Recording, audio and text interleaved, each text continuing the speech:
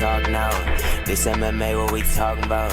Yeah, you tuned into the pod now. Gonna be hard for you to stop now. Yeah, we caged in.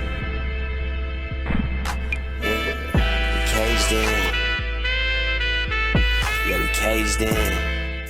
Welcome back to another episode of Caged In. I'm your host, Chris DiCarlo. Got a very special guest making his debut on the show. It's my man, Drew Pais. How we doing, brother? Doing great, man. Feeling better than ever.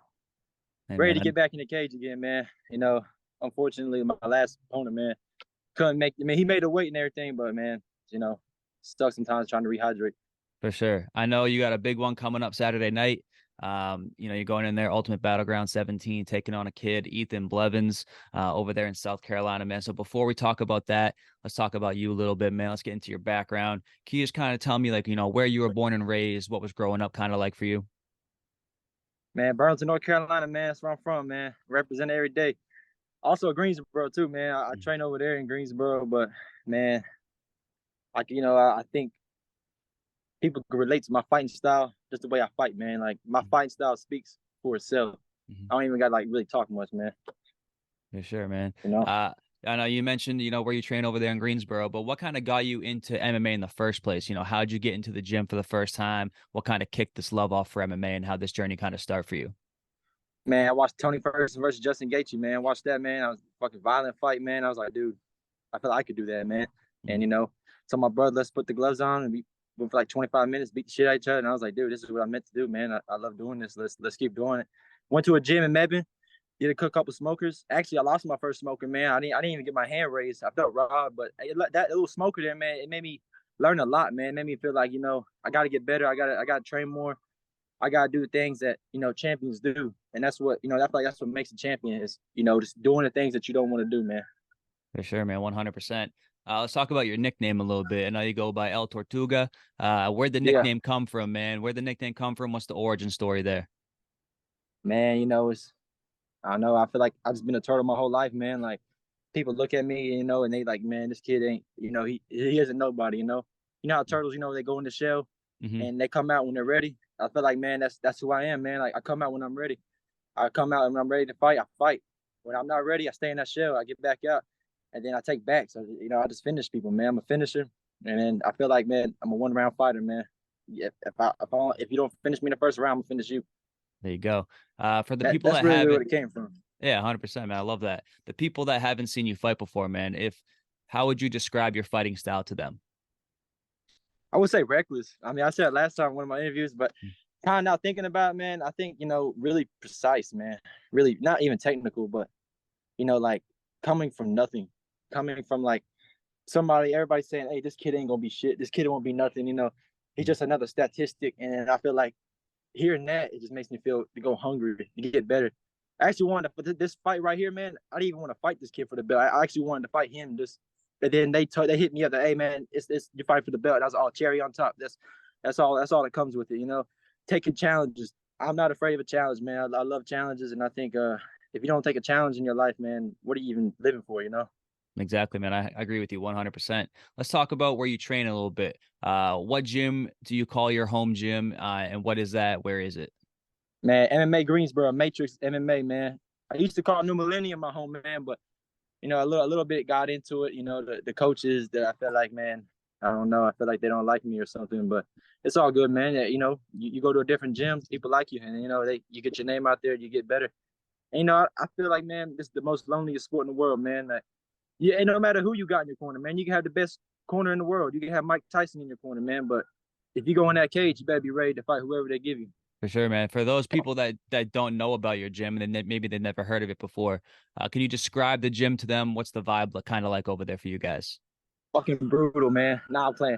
Yeah, it's brutal into like if you could withstand the brutality in there, you're going to get better, man. We spar like almost every day, man. Like like a lot of technical stuff too, man. Shout out to Hamid, man. I train with that guy, man. He's world-class kickboxer, man. He beats the shit out of me every day.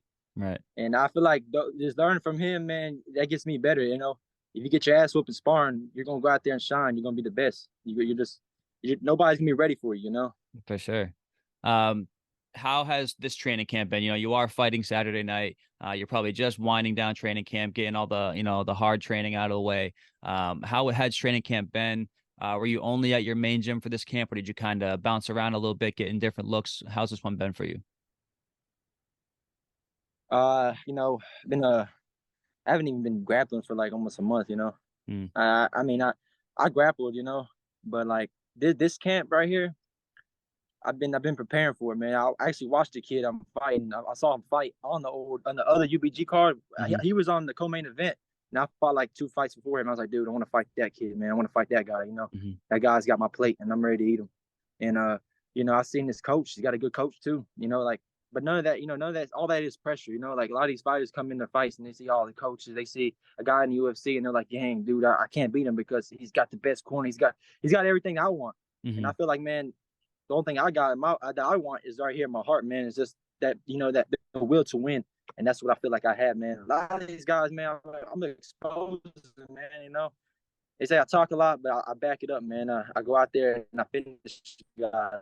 I haven't even hit my amateur career yet. Mm. I pray this guy hits me, because I mean, he's 1-0. Let's talk about your fight history a little bit, man. You are 2-0 as an amateur lightweight. Both of those wins coming by first round finishes. So let's talk about those ones a little bit. Your first one, MMA debut, Ultimate Battlegrounds 14. You finished this guy due to strikes in 1 minute and 9 seconds into round 1. How did it feel to go out there in your MMA debut and put on a performance like that and get such a quick finish? Finish him in 69 seconds. I feel like that's every amateur fighter's dream, to go out there and finish a guy in the first round. But I don't want to sit back and reflect on the wins. I want to reflect like I'm honestly going through this fight like I'm a 0-2 fighter. Like I ain't got nothing to lose. I have to go out there and finish this guy, because if I go out there thinking I'm the best, I'm the best in everything, I'm gonna go out there and I'm gonna get clocked. I don't want to go out there and get clocked. I want to go out there, get a slug war, get a slug fest, beat him in front of his family, and go home, take my belt home, and you know what? Just climb the rankings. There you go, man. Your second fight there, man. You finished that one quick too. It's a 21-second submission. The best part about that one, man, I saw you walk out there in the Teenage Mutant Ninja Turtle shorts. In the second fight, man, those things were looking clean. Can we expect the same shorts Saturday night? Are you switching it up on us? You got anything? Man. Yep. Yeah, there you go. Definitely expect the El Tortuga shorts, man. I'm going out there and I'm gonna finish them. I'm gonna finish them faster than my last 2 fights. Matter of fact. There you go, man. There you go. Love to hear that. We haven't seen you fight. I know you mentioned it at the top of the show a little bit, but we haven't seen you fight since June. I know there were a couple cancellations in there, unfortunately. What has kind of kept you out on the sidelines? We haven't seen you much since the summer. Man, I was trying to fight this cat, man, in Florida, man, and that's a call, man. I signed a fight, man. Like I was ready to go out there, but man, they wear shin pads, man. I'm like, dude, I don't even wear shin pads in my fights, bro. I don't go around like that, man. I wear nothing. I like kicking in the face. I like all that. Mm-hmm. And man, my last fight, like I was talking about, I showed up to the fight, man. It's Fight For It. It's a good promotion, good team. Shout out to the Fight For It promotion. And I showed up 145, man. I was like, man, I'm gonna make championship weight, man. I'm a champion. That's what champions do, make weight and everything like that. And I made weight. And I see my opponent there, dude, and he was throwing up everywhere, man, dehydrated. And I was kind of like freaking out. I was like, dude, is he even gonna fight me, man? Like, I hope he's okay, because I'm trying to fight. Right. I've been putting all the work in. I've been putting all this work in just to fight this guy. 2.5 months, running every day, training. Mm-hmm. And I came back to the promotion for the intermission and everything. And he was like, man, sorry to say this, man, but the guy, he's out of the fight, man. I'm like, damn, man. But it was okay, bro, because my brother was fighting the same night. So I was like, I'll just go into my brother. We'll he'll get the dub. And he got out there and got that dub, man. And now he's fighting for the Fight For It belt. Yes, sir. Let's get into this one then, man. Ultimate Battleground 17. You're taking on Ethan Blevins, who is 1-0 as an amateur as well. What do you know about this kid's game, and then how do you feel about this matchup for you overall? Oh, this kid's a good wrestler, man. That's all he is, man. He's a good wrestler. Shout out to Ethan. He's a decent wrestler, but this is MMA. This ain't wrestling. When we get in there, we're gonna throw, and then I know he's gonna try to shoot. This guy's a wrestler. He's gonna try to shoot, take me down. He might try to set up the overhand, but it ain't gonna be there. That front kick or something wild is gonna be there. And I think the fight ends in the first round. Wild spinning kick, something wild, man. I'm gonna throw something wild, and it's gonna take his lights out, man. Yes, sir, man. I'm sure you are, man. I know your fighting style. You get a little crazy in there. You're very entertaining, that's for sure. I seen you on social media a little bit, man. You like to chirp back and forth a little bit with your opponents. Do you enjoy like that trash talk side of fighting? Because it seems like you I have love it. fun with it. I love it, man. I just love it, man. It's like, to me, like it's like a dream, man. Like I get to talk to my opponent for a fighter, man, and he's like, they're all mad and everything. They like, man, this kid, he ain't training and everything like that. But little do they know, man, that dude, I'm in the lab, man. I'm putting in the work, man. I'm ready to hurt any person that's in front of me. And if you don't hurt me before you hurt me, before I hurt you, fuck, man, you know. For sure. I know we touched on it a little bit earlier, man, but this kid, you know, I looked at him a little bit. You can tell that he definitely has a strong wrestling background. That's not a secret to anybody.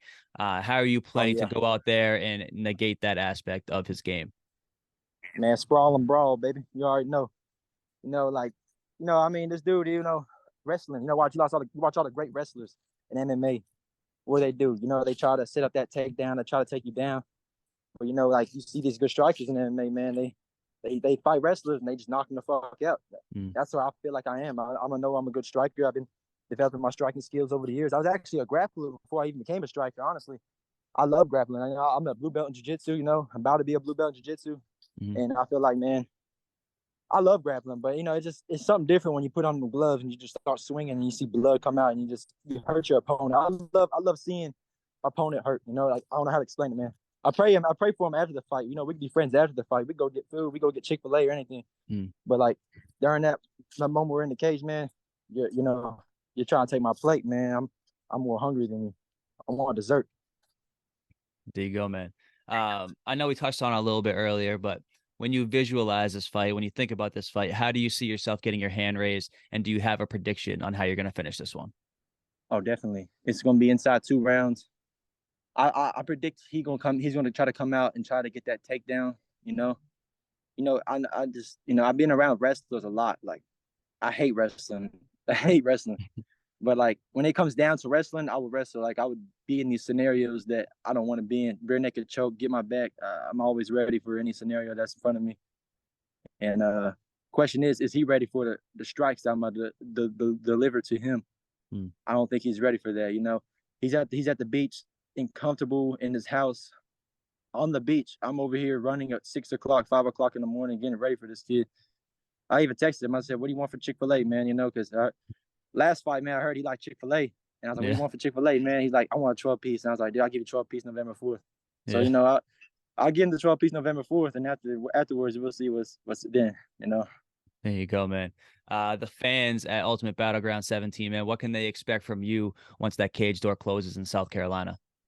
Oh shit, fans, man! The whole cage, the whole venue is gonna be his whole family. I'm playing, but what's it called? They're gonna expect war, man. They're gonna expect me to go out there and just beat their hometown kid, man, because that's who I am. Because I like talking shit, man. But this one right here, man, this kid talked shit first, man. Like he was in my comments and everything. My first fight, I'm like, "What's up, bro?" Like I was like, "You trying to fight?" And then, after he won his fight, what's it called? He beat not one of my friends, man, but like he beat one of those good fighters that was at the venue UBG. I was like, "Man, get past him, man. You can fight. We can fight. Me and you can fight." And then after he won his fight, I was like, "Bro, so what's up, man? Me and you in August?" And he was like, he's the most friendliest guy ever. He's like, "Oh, what's up, man? Yeah, oh yeah, we could do that." And he just walked off. He didn't want to talk to me, man. So like at the end of the day, man, I know what kind of person he is. And dude, I'm a warrior, man. I'm ready. Yes, sir. This fight goes down Saturday, November 4th, man. I know your brother has a big fight coming up, and I talked to him on my show previously before too. Oh yeah. Yeah, I know you guys always fight together in the same events, but this one's a little different, man. You're going to be down in South Carolina. He's going to be up in North Carolina. You guys are fighting the same day. So unfortunately, you can't be there in the arena for each other like you guys normally do. Yeah, you're right. How does that feel? How does that feel for you? And even for him, man, how are you guys feeling about this now? Like for the first time kind of being separated? It's like when the mom and dad takes you and your brother away from each other and like, "Hey man, y'all can't be close to each other. Y'all too dangerous with each other, So then I just use it like that. I'm like, all right, I'm so dangerous with my brother, so they gotta take my brother away from me. Nah, they ain't take my brother away from me. But it's called like I'm actually gonna show up to his fight after my fight because it's in Charlotte. So after I win my belt, we're gonna go drive all the way to Charlotte, watch his fight because I think his fight's gonna be like 9 o'clock. Mine's gonna be like probably around 3:34, and we're just gonna watch him win. Watch me win. Hell yeah, man. There you go. That's what's up. Best of luck to you Saturday night, man. I appreciate you taking the time. Before I let you go and before I get you out of here, man, anything else you want to say to the Thank you, people? brother. Where can they follow you? Just leave them with some parting words, if you will. Yeah, El Tortuga MMA, man. Instagram, hey, man. Y'all be ready. I might not even be on this podcast anymore, man, because I'm ready to die in that cage. I might die in that cage, But yeah, man. Shout out to Cage Gym Podcast, man. Dude's a legit guy, man. Got great ass content. Appreciate Not it, want to man. miss this fight, man, because you know why? A lot of people gonna waste the money because I'm gonna knock the guy out in the first round. That's all I'm gonna say. There you go, man. Going in there as the out of town bad guy, if you will. Best of luck to you, my man. I'll be keeping tabs Thank on you, social brother. media. Hopefully the promotion, does a good job of posting the results and whatnot, because I'm going to be trying to keep my eyes out for you. Yes, sir. Best of luck to you, man. I appreciate you Thank you, talking to you. brother. I appreciate you taking the time. I know it's fight week, man. You're a few days out from making the trip. So thanks again for taking the time, man, and best of luck to you Saturday night. Yes, sir. Thank you. God bless, brother. So you as well. Got down for the count and he can't even talk now. This MMA, what we talking about? Yeah, you tuned into the pod now. Gonna be hard for you to stop now. Yeah, we caged in. Yeah, we caged in. Yeah, we caged in.